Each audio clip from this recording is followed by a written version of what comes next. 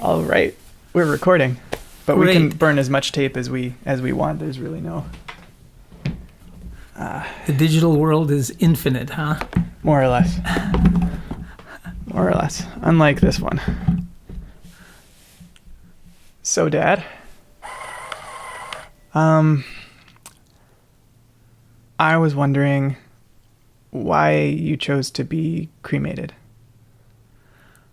Well, I think I've wanted to be cremated for a long time. Not that I wanted to rush it, but that would be eventually the way. And I think it's because I like the idea of intermingling back with nature. I think of that as very peaceful and where I belong, rather than sort of trying to cling to my human shape, which, as you can see, is not quite so handsome as it once was. And so rather than wanting to cling to my human shape and spending all that time in a box, I thought if I were cremated and spread in a natural environment, that would be wonderful. Yeah. So, and in particular, as you know, one of perhaps my favorite environment is in or near the ocean. We all originated in the ocean. So we crawled out of the ocean long ago, and why not go back? Yeah.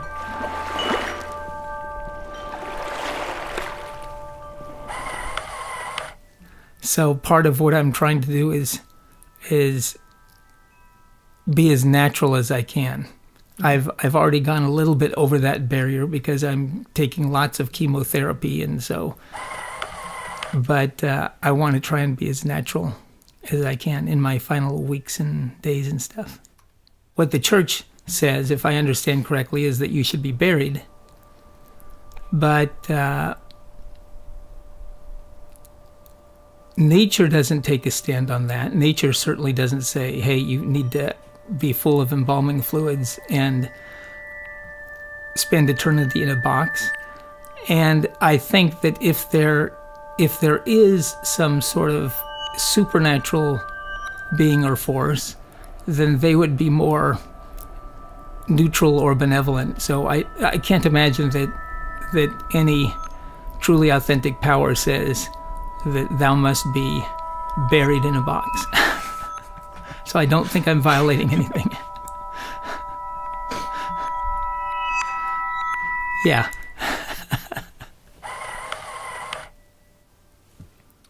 We made an appointment, and the guy said, well, it'll be about an hour and a half, because we wanted to go through it soup to nuts to understand the process, but also most of it, you might imagine, in these bureaucratic days, involves the signing of paperwork and so forth and so on. So Jared and I joked a little bit ahead of time, wondering if the ambiance and the gentleman himself would fit the stereotype of a mortician and mortuary. And it turned out that it pretty much did. The gentleman, who is very kind and gentle and used all the right calming words, had a big, long, black beard. Oh, dear. And he certainly didn't have a tan or anything. I won't call him morbidly white. It's not as if he, came out of the casket that morning, but he definitely fit the stereotype in most ways. It made me wonder. He's also in the family business, of course. A lot of these things work this way. So his grandfather had founded it, and his father had run it, and now he was taking it over. It made me wonder a little bit. I know this seems closed-minded and silly, but it made me wonder a little bit about his social life. I bet he's the life of the party. We joked about this afterwards. We were thinking of asking him if he had ever seen the movie Soylent Green, but neither of us could quite get that up. And we spent a whole lot of our time of, him making sure he described it, because I guess, the client, which is me, has to understand it and sign that I've understood it. He can't do anything with my body unless I've signed, all the right paperwork and stuff like that. Much of which is for the death certificate, which you need these days to prove that you're dead. Prove that you're dead. Or at least somebody else needs it to prove that you're dead. Right. The proof is out of my hands anymore. Before you put me into the furnace, make sure a medical professional has actually confirmed that I'm dead, because I'd appreciate not being burned alive. So since we actually do have a very beautiful, wonderful urn, which is very lovely, I chose the simplest approach there, because the mortuary has all sorts of urns that you can buy, decorative urns and stuff like that. And out he brings this thing, it looks like a garbage can that you would have in the study. And as soon as he pulled it out, he still wanted to make us comfortable with it. So he said, "Oh, well, I know it's not that aesthetic, but it's very functional. Look, it's easy to pour." He said it was his use, and he showed us how you could pour from it. The end result is that they give my ashes in a box to you and Jared, and then you can spread them as you see fit. Now, it's not quite that simple, because it turns out in our society there are all sorts of, norms and regulations. You're not supposed to have your ashes spread here or there, or over here or over there, or, at the coast unless it's a certain distance off the coast, and all this type of stuff. But the guy, without literally winking, he let it be known that basically what really happens is that they hand my ashes off to you, and then I'm in your hands. But I did do a calculation when I was thinking about this. I think I may have mentioned this to you before, but I'll repeat it here. If you compare the number of gallons of water in all the oceans, in fact, in all the Earth, so the oceans plus the rivers and lakes and the atmosphere, the gallons of water, to the number of atoms in a human body, there are many, many, many more atoms in the human body than there are gallons. So in some super long-term sense, you can think of, if you are cremated and ultimately end up in the ocean, then in some super long-term sense, you can think that your atoms, at least one or two atoms may be present in almost every single gallon of water, Right. You're like a homeopathic remedy for the planet. I don't know if I'd call myself a remedy, but at least I'll be present, It allows me to think that, hey, Adam, hey, Jared, whenever you go swimming in the ocean, I may be nearby. Now, I'm not sure that that's a pleasant thought for you to think.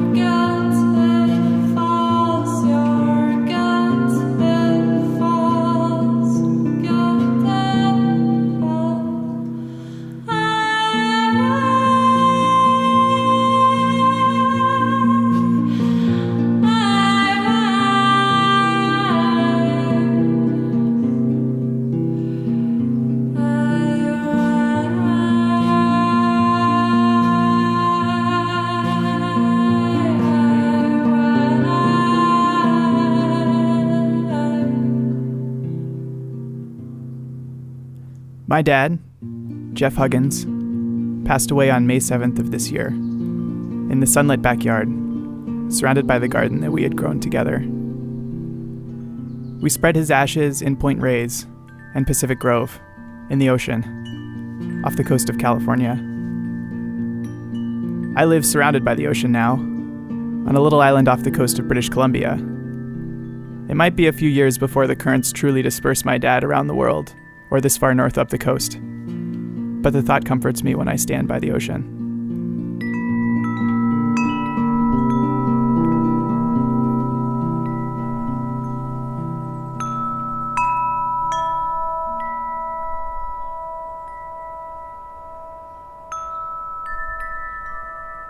This is Future Ecologies. I'm Adam Huggins.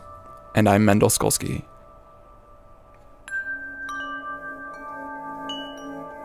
Almost as soon as we started talking about making this podcast, we knew we would end our first season with this episode. We've gone on a journey from Guatemala through Mexico, all over California, up to Washington and the Olympic Peninsula, the Gulf Islands, and back to our home in the southwest corner of the land commonly known as Canada. For those of you who've made it this far, thanks for joining us. We've done a lot of talking about the land and how we relate to it. Now, it's time to talk about how we become part of it. Everything that lives will someday die, and through death is recycled into new life. Death and reproduction are twin agents of change, renewing our exquisite, diverse jewel of a planet. And how we treat our dead affects not just ourselves, but the ecosystems around us. Though most of us don't perceive it on a daily basis, we live in funerary landscapes. Landscapes shaped and influenced by the deaths of humans and non-humans alike through the millennia. Death touches the lives of each of us. With it comes the sorrow of finality, of knowing that all of a person's stories have been written. To cope with this sorrow, a huge range of funerary practices have evolved around the world. We don't have time to even begin to talk about all of them, so we decided to focus on where we live. I went to Mountain View Cemetery, the only cemetery within Vancouver city limits. That's where I met Glen. My name is Glen Hodges, and I'm the manager of Mountain View Cemetery for the city of Vancouver. Glen brought me up to speed on the grave history of Mountain View. Oh no. In 1986, exactly 100 years after it opened, Mountain View had run out of space for Vancouver's dead. They had to close the sale of new burial plots, although still reserving some for indigent burials. That is, subsidized interment for those too impoverished to afford their own funeral rites. The last of these indigent burial plots was filled in 1997. Our cemetery is the only one in the municipality of Vancouver. So if you were born in Vancouver, lived your whole life here, and died after 1986 and didn't have a spot here, you had to leave the city.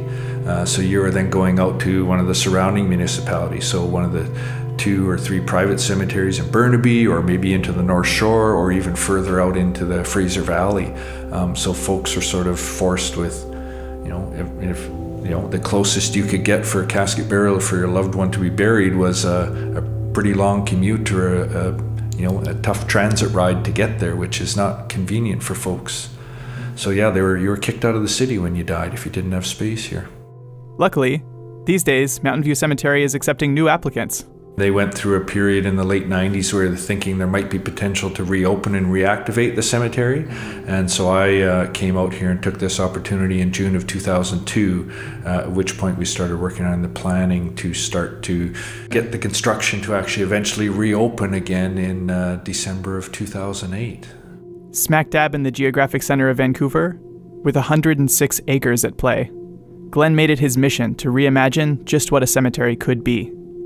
And then part of reopening the cemetery in Vancouver was also trying to reestablish its role within the broader community as not just a place for the dead, but more of a place for the living. So we've tried to get involved with some different events and different things going on and create some interest so people have a reason to maybe come to the cemetery other than a funeral, establish a bit of a relationship with the cemetery in terms of its community. So when they are faced with that eventuality, it's it's a place they're more comfortable with and not afraid of. So those things are starting to change a little bit. Mountain View is becoming more than simply a final resting place. We're doing a whole bunch of other things with trees and planting beds and flowers, and we got bees on the roof of our operations building. We're planting meadows to support pollinators, and now we've got bird watchers in here. Some of the new trees we've planted and species specific to encourage that kind of habitat. So it's and on the side we still provide places for burial and commemoration. So it almost seems like the main utilitarian aspect of it is almost becoming a part of what we do. Bees, bird watchers, gardening, and I guess you can have a funeral here too. We have a photographer in residence, an artist in residence, a composer in residence. So they're all contributing in different ways to help that out. And so really trying to challenge and question, the sort of history of what we have and how that's going to affect and impact the cemetery moving forward. I actually have to say, I really do like hanging out in Mountain View Cemetery when I'm in Vancouver. I've always lived somewhere near it, and it's the nicest, biggest park around. One of the few places in Vancouver where I feel like you can see the stars well.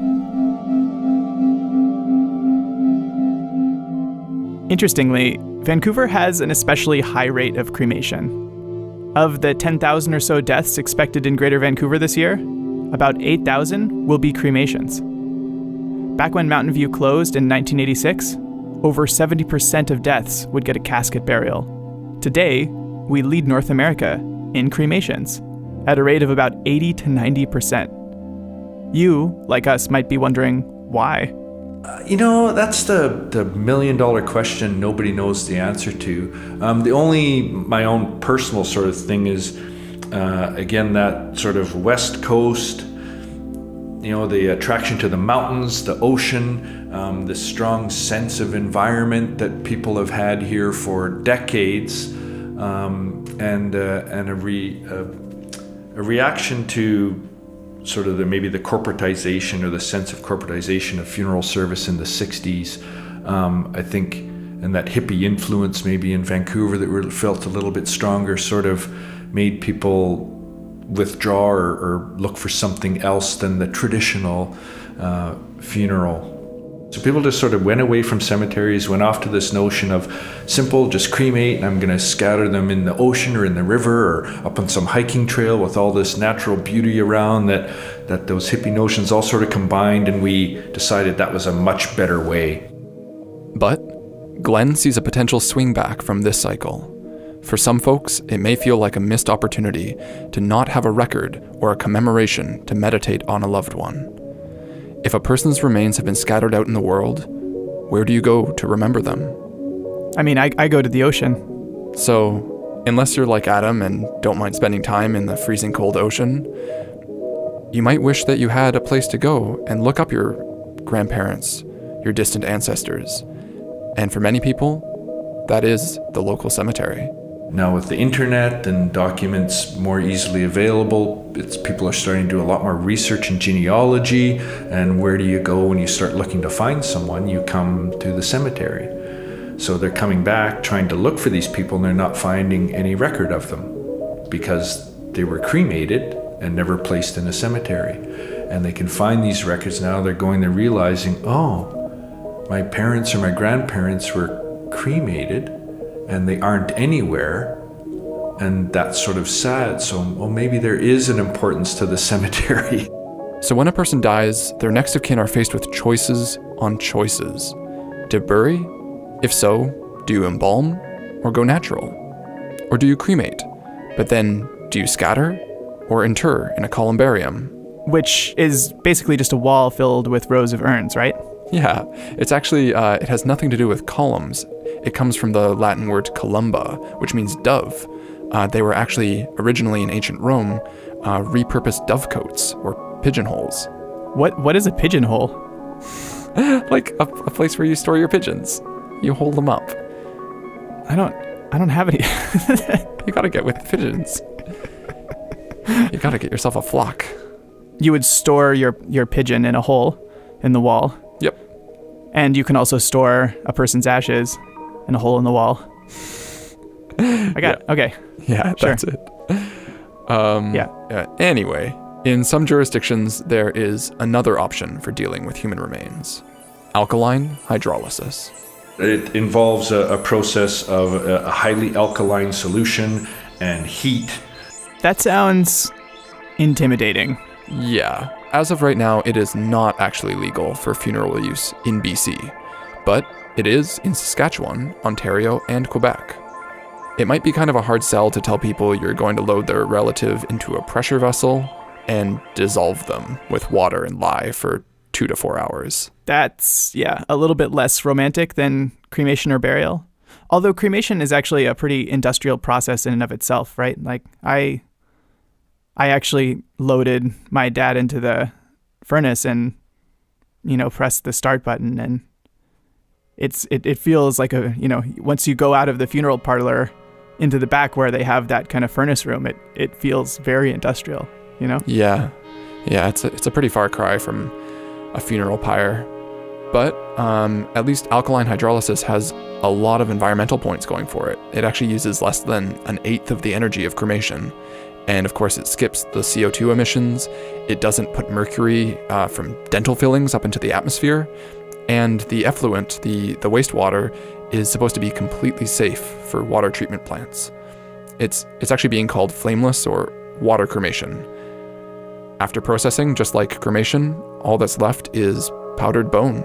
So there's no casket to build, no embalming fluids to worry about, and it doesn't use up any more land. Yeah, and on that note, when it comes to burial, our most limited resource is the land itself. In urban centers like Vancouver, Toronto, Montreal, those cities for sure, cemetery space is becoming a real concern. And there are actually planners who are starting to look at that and go, we plan these cities and we plan for parks and industrial and residential and multi this and green space and streets and blah, blah, blah, blah, blah.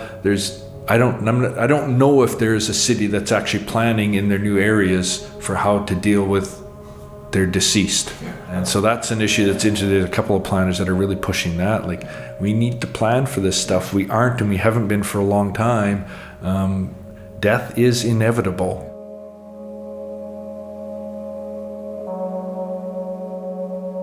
Our cemetery here in Vancouver, we're the canary in the coal mine. I mean, we first ran out of space in 64, and then we did something to last till 86, and then we actually closed, and now we've actually reopened and we've reclaimed grave space, but we're going to run out of casket space again in the next 10 years. I think it's fair to say that death hasn't exactly been a priority in Vancouver civic planning. Yeah, I can't even imagine a new cemetery getting zoned. With the housing crisis as it is, it might seem a little bit ridiculous to offer infinite tenancy to, well, corpses. Forever is a long time and not a realistic notion for a cemetery. That, eventually that space should be and needs to be reused.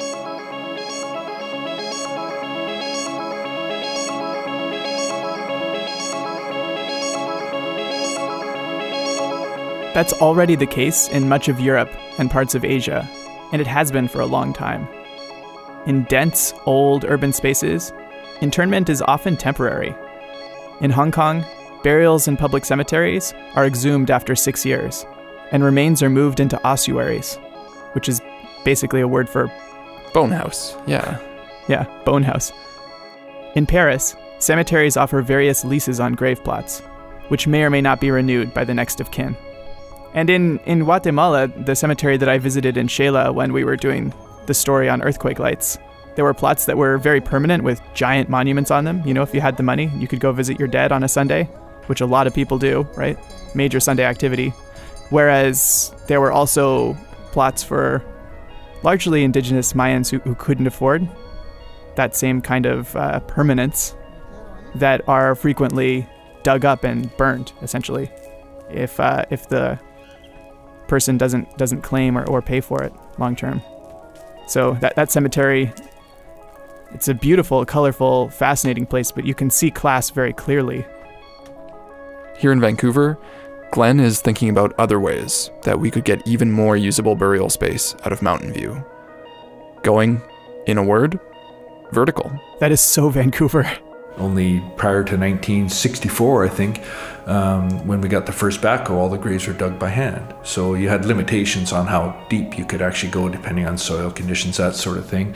Now we've got shoring capacities related to occupational health and safety. We have backhoes and these machines that we can physically and more safely accommodate a deeper interment. So maybe 2 caskets, which is sort of the limit now. Well, maybe we can actually fit 3 in where we used to only fit 2, or fit 2 where we could only fit 1. So those are sorts of notions.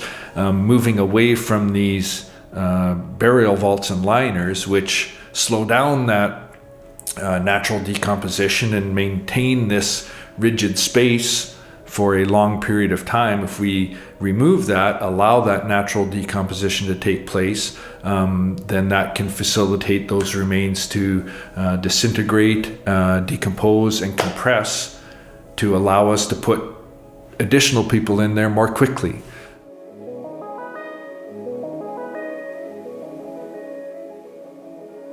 So there's a lot to think about when it comes to dealing with physical remains. But there's so much more to death than just what we do with our bodies. I think our modern, increasingly secular culture has lost its grip on ritual as a way to process emotions, especially grief.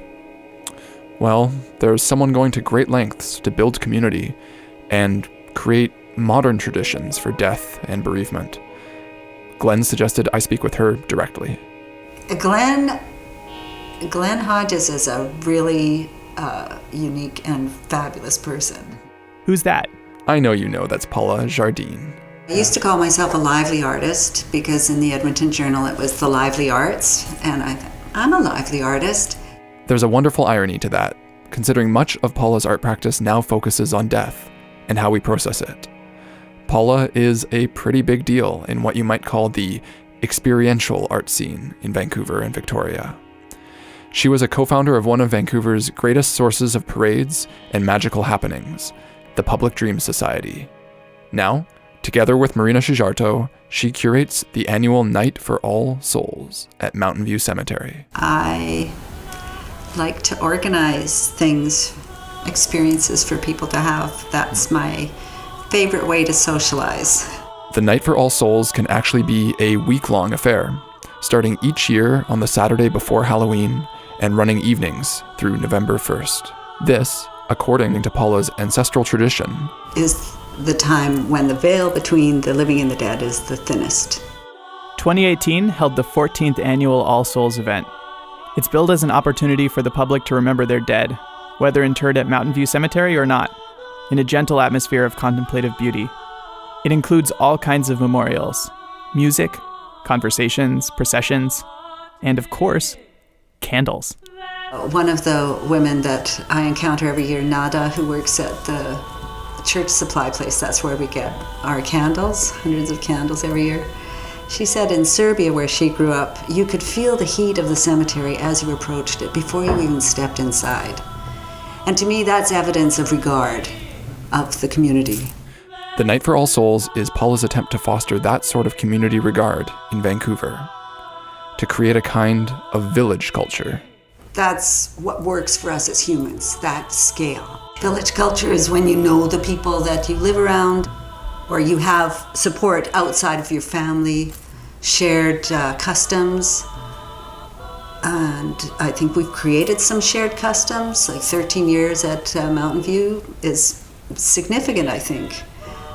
That there are children alive today who cannot remember a time when there wasn't an important event at their cemetery where they go and remember their dead and where they first learned about a distant relative. I'm really grateful to live in a place that feels like a village on all sorts of scales. If you feel like that's missing from your life, Paula's advice is just to go out and make it. If you organize your own Night for All Souls, your community will really appreciate it, especially those who stalled their grieving.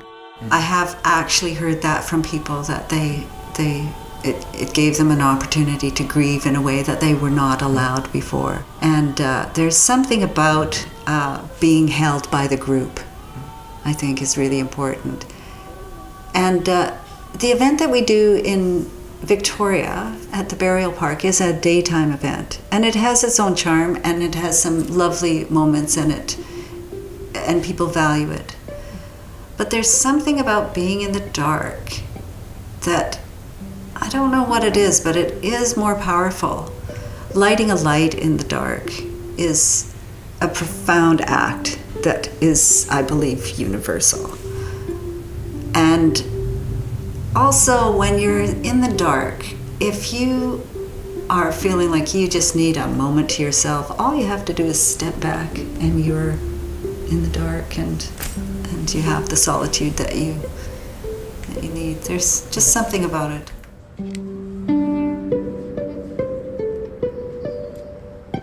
It's a moment for remembrance, no matter how distant your loved ones are in space or time. It was part of the impulse, like what do we do because we're such a transient population, most of us don't live where our dead are buried, so where do you go? Well, we've made these beautiful little shrines, and you can go there. You can leave something there, you can write their names.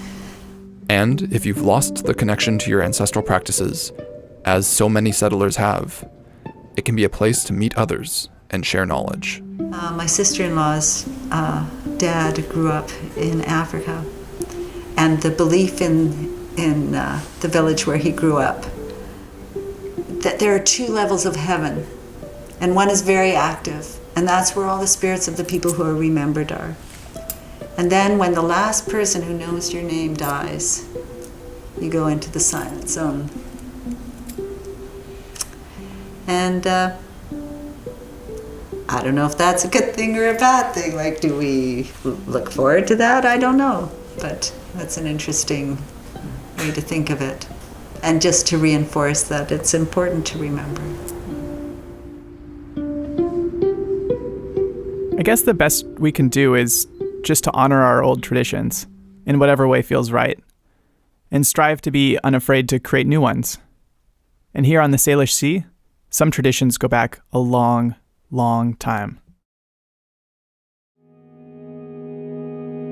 A lot more Indigenous people lived here in the past than I think we think, because by the time Europeans began arriving and making their observances and setting up fort here, before that, diseases like smallpox and other diseases had spread up from the Spanish missions, so that we really lost an incredible number, 70 or 80% of the Indigenous peoples here were dead before any real significant initial contact, direct contact. And so right from the very beginning, we have a mental idea that populations of people here were really small, and that's not the case. And we, by extension, I think we're kind of always a bit surprised when we find Indigenous human remains or archaeological sites in general, and we shouldn't be, because there were a lot of people living here for a long period of time. Well, my name is Darcy Matthews. I'm an assistant professor in the School of Environmental Studies at the University of Victoria. I'm an archaeologist and an ethnoecologist. In terms of the archaeology I do, I'm interested in environmental archaeology, and have been for a long time, but I'm also a funerary archaeologist. So my research for my doctoral degree, for example, focused on working with Coast Salish community, looking at funerary ritual, funerary practices over the last 1,500 years. About 1,500 years ago, the funeral practices of the Coast Salish changed pretty dramatically. There was a shift from underground burials to above-ground interment. Remains were housed in large structures of stacked rocks, known as burial cairns. These cairns are the focus of Darcy's study. And I just acknowledge that it's the patience and the expertise of the Coast Salish people that I work with that really I'd like to acknowledge, because they're my whole other set of teachers. When I was finishing my PhD, I had my academic community at the university I went to here at UVic, but I also had this Coast Salish committee, and I felt like I had obligations to both of them to meet the terms and conditions and expectations of this research. But it was that Co-Salish committee again that, wasn't here on campus, but there is a profound sense of responsibility to them to make sure that I was telling their story in a way that was respectful in accordance with their values, but also still having a scientific rigor and an objectivity to it. And that's the difficult balance. In this line of work, sensitivity to cultural perspectives is critical. Archaeology has had to do a lot of work on the way to becoming a true dialogue of worldviews. That belongs in a museum. So do you. Darcy holds Co-Salish traditions with the utmost respect. One of the aspects of this is that the dead are still, in some ways, sentient, that they're present, that they are still contributors to the society and the world of the living. If you read Darcy's PhD thesis, you'll quickly see that scientific rigor practically flows through his veins. It's an incredible piece of spatial and statistical analysis, an approach to learning about the social structures of ancient peoples by the relationships between their graves and the landscape. But Darcy recognizes that this kind of science doesn't always tell the whole story. There are lots of examples, but maybe one of the earliest examples for me came when I was working out in Machosen, and I was working in this very large burial cairn cemetery, and I found all these burial cairns in this particular cemetery. There's over 333 that I found in a 3-hectare area. So it really is a cemetery, like it's headstones everywhere. If you think about these burial cairns, it's headstones. And there was kind of this loose constellation of stones around each burial cairn. And at first I thought maybe they're radiating lines going off, or maybe they're concentric rings, or there's something else. So I spent weeks and weeks, and maybe even months, mapping these in detail and looking at them and puzzling over them. And the rocks were not random in their association with the burial cairn, but they were random in that they weren't forming lines or rings or anything else. And I couldn't figure it out, and I kind of just thought, okay, this is a mystery I'll never solve. Then one day, Darcy was asked to travel to the Gulf Islands to consult on Halkomenum remains, which had been disturbed during the construction of a driveway. The elders,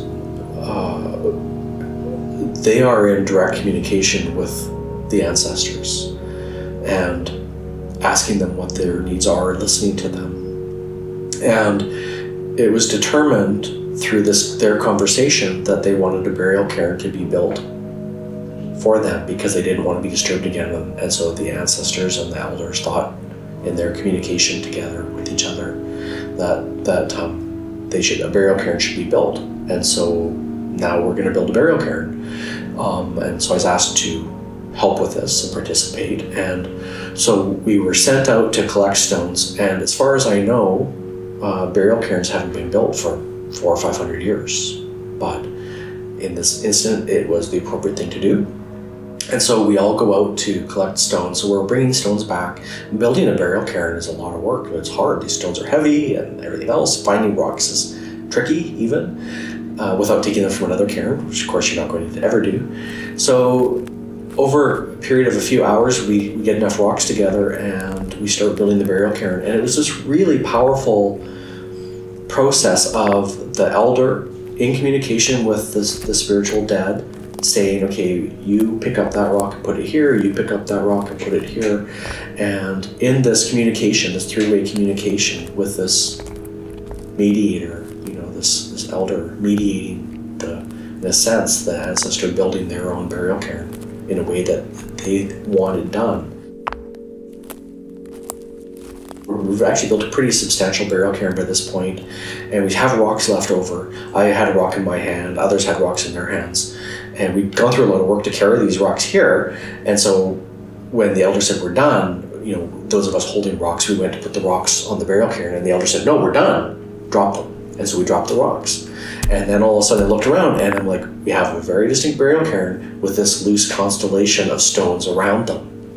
And I thought, aha, the only way I could understand the archaeological signature that I saw was to participate and to do it, and to have those kinds of relationships and entanglements.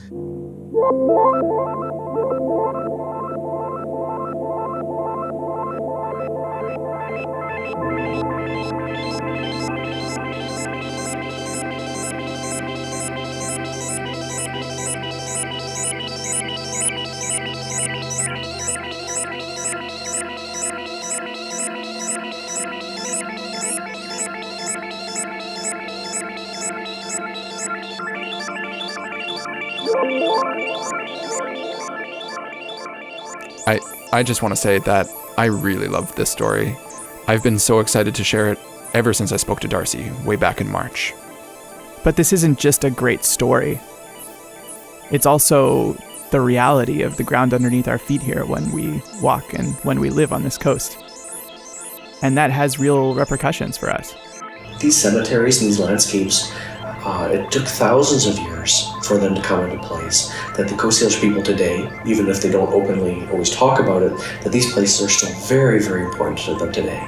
If you live here in Victoria, it means to become entangled with these ancient people, these Lekwungen and Wasanish landscapes and their living descendants today. And you can choose to ignore that, or you can choose to resist it. I don't think that's a particularly mature approach. How we treat the remains of the people who have lived here for many thousands of years, their bodies, and I would also argue the way we treat their heritage sites, their villages, and also their plants, like their gardens, and their ecosystems, speaks volumes about how we continue to treat their living descendants today. And it's not in this age of reconciliation, this is a popular word in the last couple of years. I mean, if we really take that seriously, then reconciliation means taking a measure of responsibility. And this isn't just a government taking responsibility or a municipality, this is individual citizens. The first time that Darcy took me on a walk out to a Coast Salish gravesite, I've gotten used to looking at the landscape and reading the landscape in terms of plants, in terms of water, in terms of fungus, in terms of animal species, trying to see all the different layers of the onion, right? That I, before in my life, wouldn't have noticed. And I get a little deeper each time, right? I get a little bit more intimate with the landscape. But walking with Darcy, following in Darcy's footsteps, opens up an entirely different world of prior and ongoing human modification of the landscape. A different layer that I was blind to before. And it was one of the most transformative experiences I've had up here in British Columbia.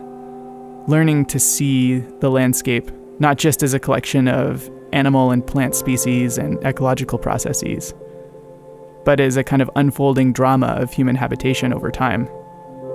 The burial cairns, they're all over the coast, and if you don't know what to look for, you'll walk right by them and you'll never notice. But if you know what you're looking for, it completely changes the way that you experience the landscape. And for me, it has changed the way that I experience my place in that landscape. It's a beautiful realization to see that the impacts of funeral sites is more than just the graves themselves, but is the plants and the shaping of the whole ecosystem around them. As I was recording these burial cairns and I was measuring, their length and their width and the type of rocks and everything, again, I was still focused on the burial cairns. And one of the things I began to notice right away is that there were these purple flowers all over the place. And I kind of knew that they were camas, like the two varieties of camas, but I really hadn't thought too much about it. But there are other plants as well that seemed, whenever I found these burial cairns, I often saw these other plants. And I also noticed that there were Douglas fir trees, like they're really big, veteran, old growth trees, that were, 600 or 700 or 800 years old. Some of those trees that are growing there were, growing at the time that some of these burial cairns were probably built. And that the bark had clearly at times in the past been taken off of the tree, that people have been harvesting bark in a way that was very sustainable. And at this time, of course, I'm working with these Coast Salish experts and communities, and they're saying, okay, look, the ancestors are not just a point in space and a point in time, that they had these relationships around them, and these relationships exist today. And it's not just a relationship between people, that it's a relationship to the place, to the spirits, to the rocks, to the trees and the plants. And thinking about that really also made me think that, okay, here I am, I'm studying these burial cairns, and I'm still thinking about the rocks that went into building them, and I was missing the larger relationships. I wasn't even thinking about the relationship that two burial cairns might have to each other, as though they were living people. And at some point in the past, the families who buried each of those people had relationships with one another.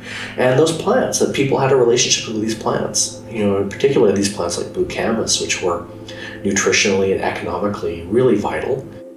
And as he was involved in cleansing and washing off practices as part of working with human remains, that those same plants and the seeds of those plants were present in those rituals, and naturally and intentionally leads to this kind of concert of all these important beings in one place. You can imagine that 1,000 or 800 years ago, or whatever point in time, that as people are going into the cemetery from the village, and the villages aren't too far away, and they're burying their loved one, and they're building a rock cairn, and then before they leave the cemetery, they do a brushing off. They're burning the seeds of kakleen, and those seeds, some of them don't burn, and they end up in the ground, and they germinate, and pretty soon that plant, carries on through time, and other plants as well. And I began to notice that oftentimes as I was walking through a place and I would see certain plants grow, then I'd be like, I must be getting close to burial cairns,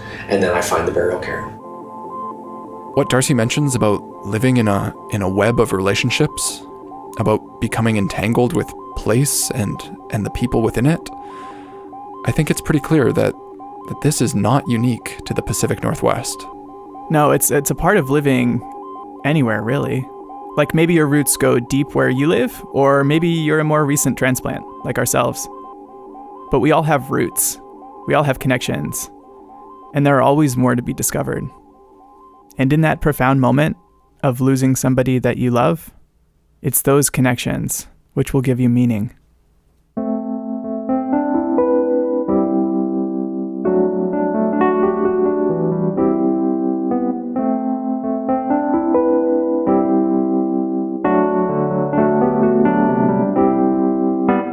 Ultimately, what a funeral does, and this is true of many funerals around the world, is it transforms somebody who was living from a corpse into an ancestor. And over time, every choice we make as living and dying beings will inevitably transform our landscapes. Thank you again for being part of Future Ecologies. We'll be back in 2019 with more stories. Season 1 isn't going anywhere, just in case you haven't already listened to it. This has been an independent production of Future Ecologies, which, for Season 1, has just been the two of us. Myself, Mendel Skolsky. And me, Adam Huggins. Plus the help of all our amazing, generous guests, patrons, and with music from our dear friends. But we are growing. We can't wait to introduce you to our new producers for Season 2. In the meantime, keep your eye on the feed. We're planning on releasing a few bonus episodes before we kick off next season. In this episode, you heard my dad, Jeff Huggins, Glen Hodges, Paula Jardine, and Darcy Matthews. Music in this episode was produced by Cat Can Do, Radioactive Bishop, Selkies, Calvin Cairns, Portbow, Zelia, and Sunfish Moonlight. Special thanks to Bill Peckett, Amanda Cassidy, Lynn Worker, and David Skolsky. Hey, that's my mom and dad. Also, to Riley Byrne, Nicole Yaros, Connor Fanning, Cassie Allen, Ilana Feneryev, Eleanor Arkin, Andrew Phillips, Maceo Quintanar, Hannah Carpendale, Blaine Doherty, Kevin Matheson, Sean Parker, June Moon, Andrzej Kozlowski, Aaron Cadwell, Jacqueline Lim, Lauren Magner, Vincent Van Haff, Skylar Lindberg, Lindsay Catherines, Michael Hathaway, Larissa Jervin, Teresa Madison, Spencer Stewart, Luis Gadd, Kieran Fanning, Sarah Sachs, Zach Bergman, Kirsty Cameron, Michelle Haber, Jake Sig, Jody Baker, Claire Wilkening, and Jacob Kalmakoff. Thank you all for your love and support. And thanks to the Vancouver Foundation for supporting our first season. And if you like this show enough to listen all the way to the end of the credits, please give us a 5-star rating and a review on Apple Podcasts, or whatever podcast service you use. It would really make our day. You can keep in touch with us on Instagram, Facebook, and iNaturalist. Just search for Future Ecologies. To get on our mailing list, or just to say hi, head over to our website, futureecologies.net. And keep your eye on the feed for the next few weeks. We've got some goodies lined up for you.